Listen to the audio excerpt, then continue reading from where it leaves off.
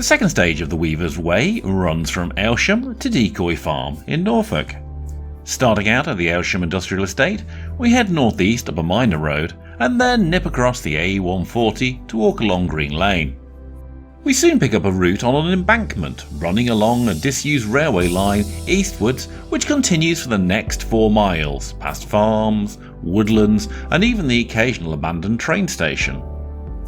Eventually we emerge into the town of North Walsham, passing through the market and past the church to pick up Yarmouth Road southwards.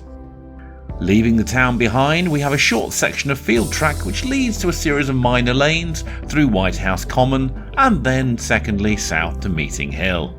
Turning just after the Baptist Church, we choose a field route which at Bengate picks up another lengthy stretch of disused railway line. This raised route runs for another 4 miles past Briggate, Old Honing Station and Common, and some flooded farmland too. Emerging finally at Stalham, we head east through the village and then it's mostly along minor roads to the village of Hickling, where we take a circuit of the village and the boatyards on the edge of the Broads. Finally, it's south along Heath Road before a very final section eastwards to arrive at Decoy Farm on the fringes of the Norfolk Broads themselves.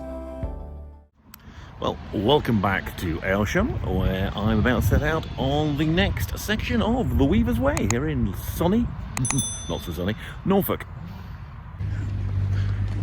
We're starting by heading around the edge of the industrial estate on the north-east side of Aylesbury. And almost immediately, the comforting sign says Weaver's Way car park, and then Weaver's Way down here.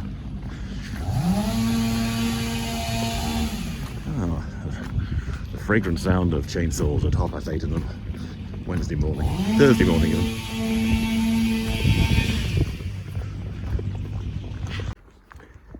Well, the good news is, as with the previous section of the Weaver's Way, this bit's down an old abandoned railway line, all the way from Aylsham to North Walsham.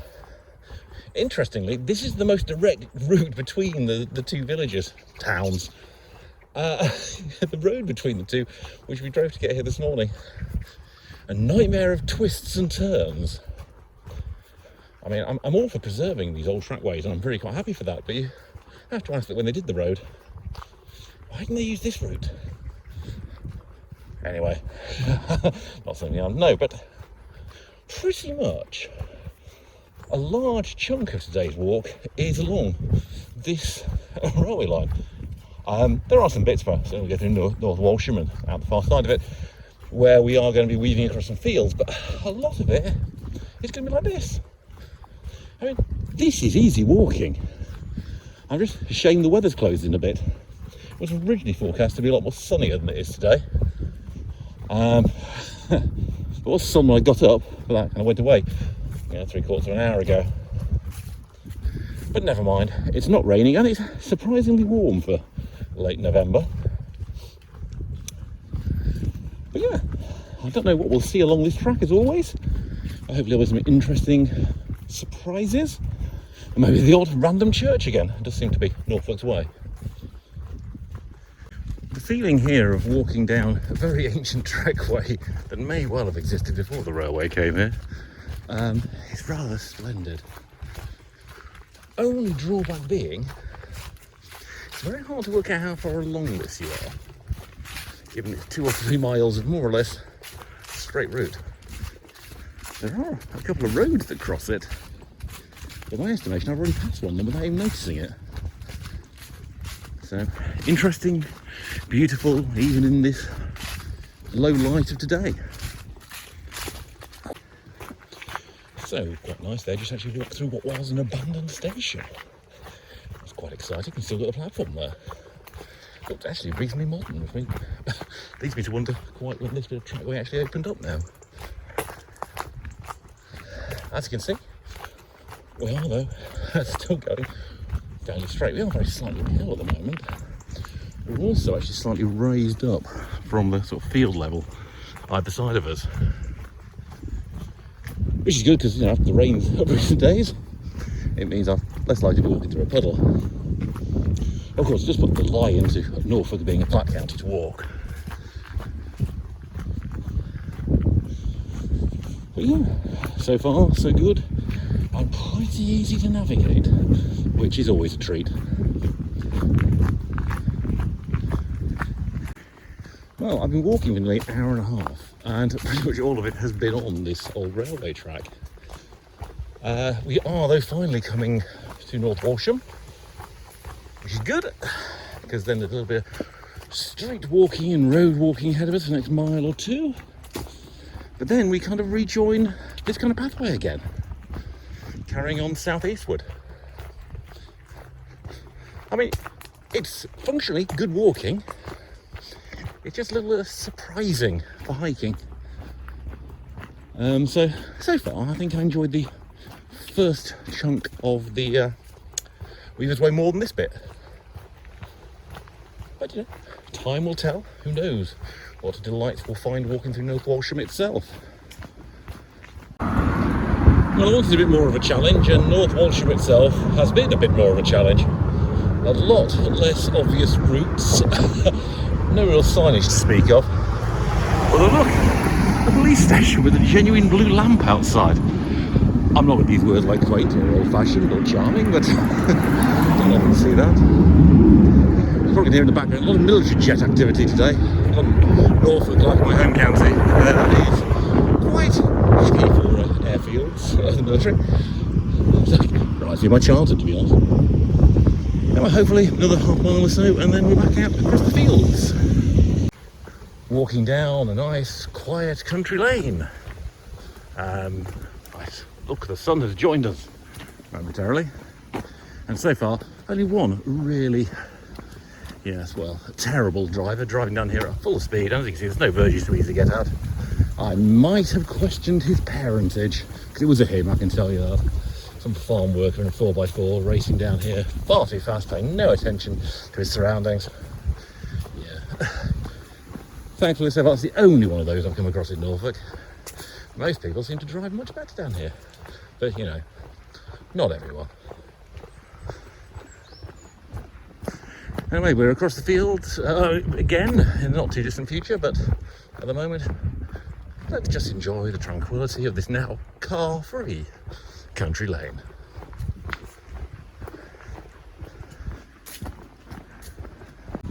Well, we've passed Meeting Hill, we've been across some very muddy fields, and now, guess what? We've climbed up an escarpment and once again are traversing an old railway line, possibly the same one, just now the bit running a fair way to the southeast of North Walsham. The sun is well and truly out as well, and it's making the autumnal path look so inviting. I'm on this for quite a way again. It might make for less exciting visuals, but I'd say it makes for fairly decent walking. Not meeting a lot of people along the route today. I mean, I know it's Friday, so that's perhaps to be expected, but even sort of dog walkers have been on the ground.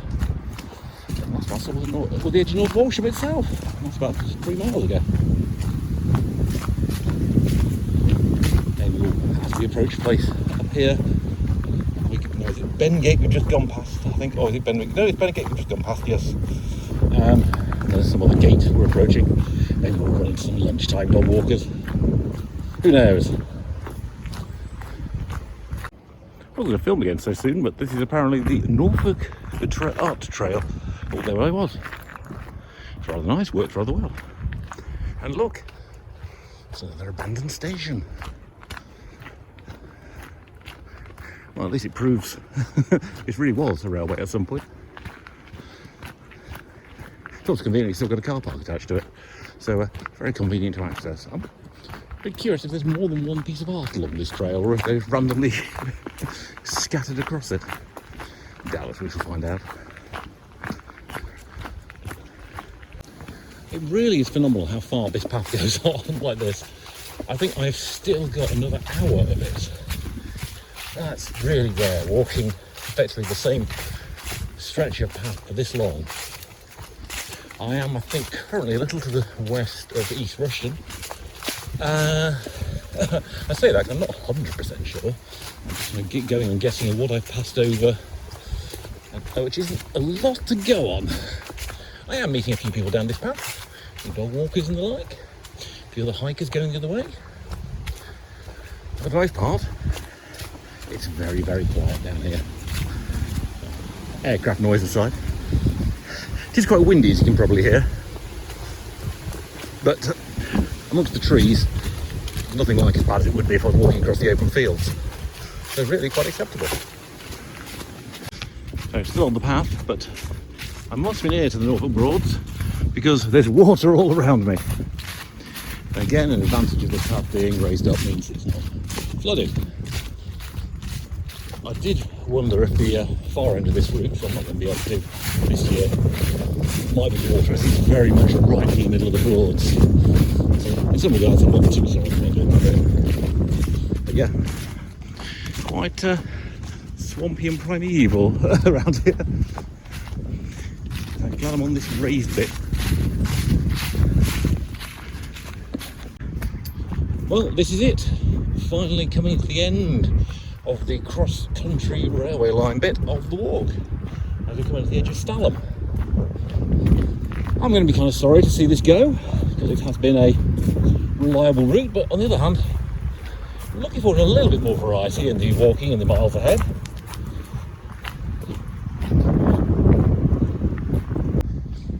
Well, Stalham was very nice.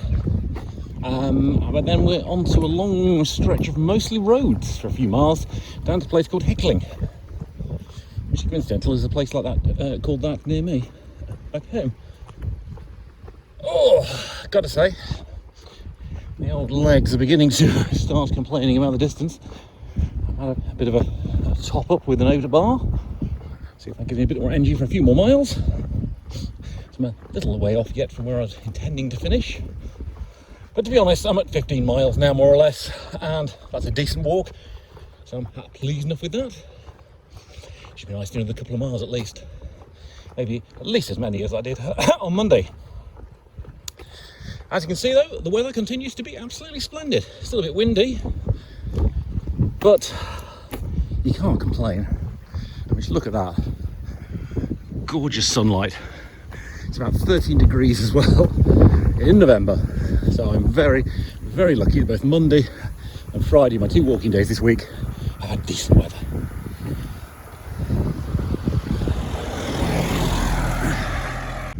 Just approaching Hickling now itself, and what's interesting is seeing how wet and flooded the roads are. When we first got to Norfolk the other day, a lot of the roads were like this. And to be honest, this is the first one I've really come across on this bit of the route today, which I'm grateful. But it also makes me grateful that I'm not planning to do any bits associated with the Broads today. My route will finish in a couple of miles just on the fringes of the Norfolk Broads area, which I might imagine is a little more flooded than this.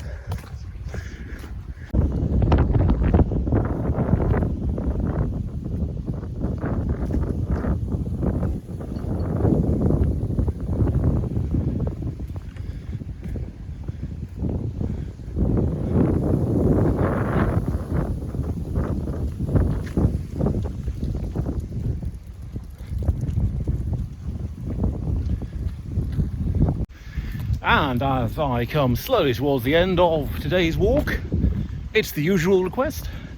Give me a like, subscribe, share with your friends. You know the routine by now if you've been watching these videos before. Basically, we're down this busy road pretty much for the rest of the route, bar a little side road right at the end. As good as you can hear me over the wind. It's got a lot windier down this way. It's also still quite wet off to the sides. I mean, obviously as we are now skirting the Norfolk Broads themselves, that's hardly a surprise. But yeah, probably another 15 to 20 minutes left on today's walk, and then we'll be done. The wind really has gotten up.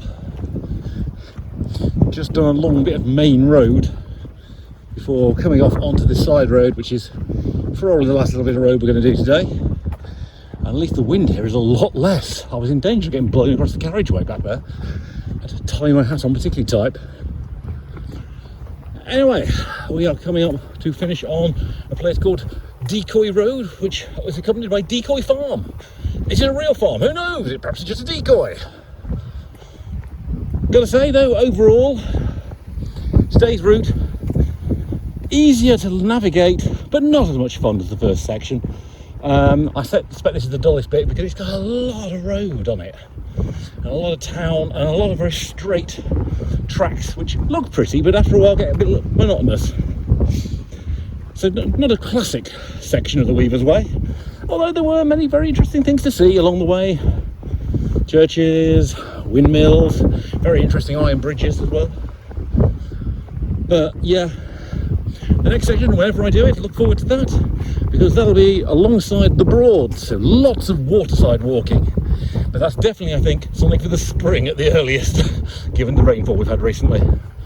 Anyway, Decoy Road, not too much farther ahead. And that's it, just a smidgen over 20 miles today. And I'm hiding here in the lee of this building so you can actually hear me over the wind.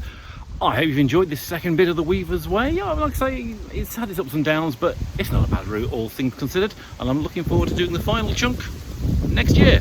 See you though on the very next Walking with Llama's Paws.